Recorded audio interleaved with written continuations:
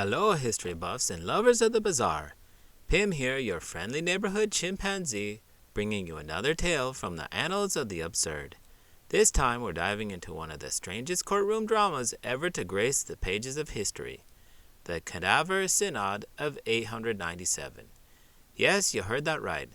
A synod involving a cadaver. Buckle up because this is going to be a wild ride.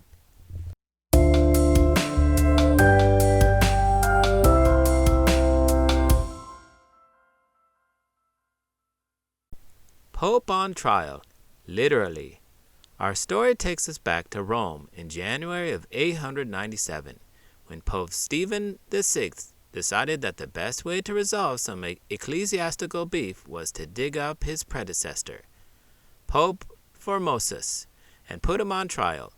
No, this wasn't some medieval Halloween prank. This was a real trial with real consequences.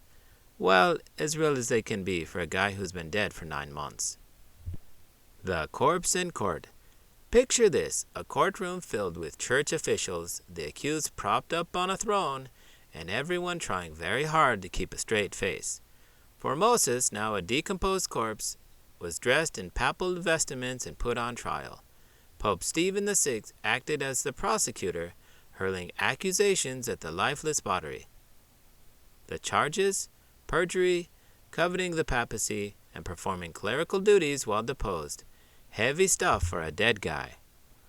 Speak now, forever hold your peace. Given the fact that dead men tell no tales, or at least no coherent defense, the trial proceeded with Formosus' deacons speaking on his behalf. Spoiler alert, the deacon didn't have much to work with. Unsurprisingly, Formosus was found guilty on all counts. The verdict? Posthumous punishment, of course. His papal ordinations were annulled, and 3 of his fingers, used for blessings, were cut off. To add insult to injury, the body was thrown into the Tiber River. Talk about a rough day in court. The fallout. As you might expect, the Cadaver Synod didn't go down well with everyone. It sparked outrage among many who saw the trial as an act of utter madness. Pope Stephen VI's actions were so unpopular that later that same year he was imprisoned and strangled to death by his enemies. Formosus' body was eventually recovered from the Tiber and reburied with honors, and subsequent popes nullified the synod's rulings. Lessons from the grave. So what can we learn from the Cadaver Synod? Perhaps it's a cautionary tale about letting grudges go. Or maybe it's a reminder that even in the highest echelons of power, people can make some truly boneheaded decisions.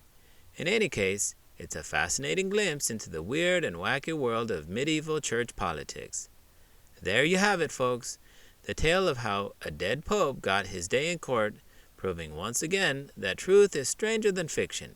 Until next time, keep your synod civil and your cadavers in their graves. Stay curious. Pim. Do you have an unusual piece of history for Pim to research? Email us your suggestions at beastlybanterblog@gmail.com.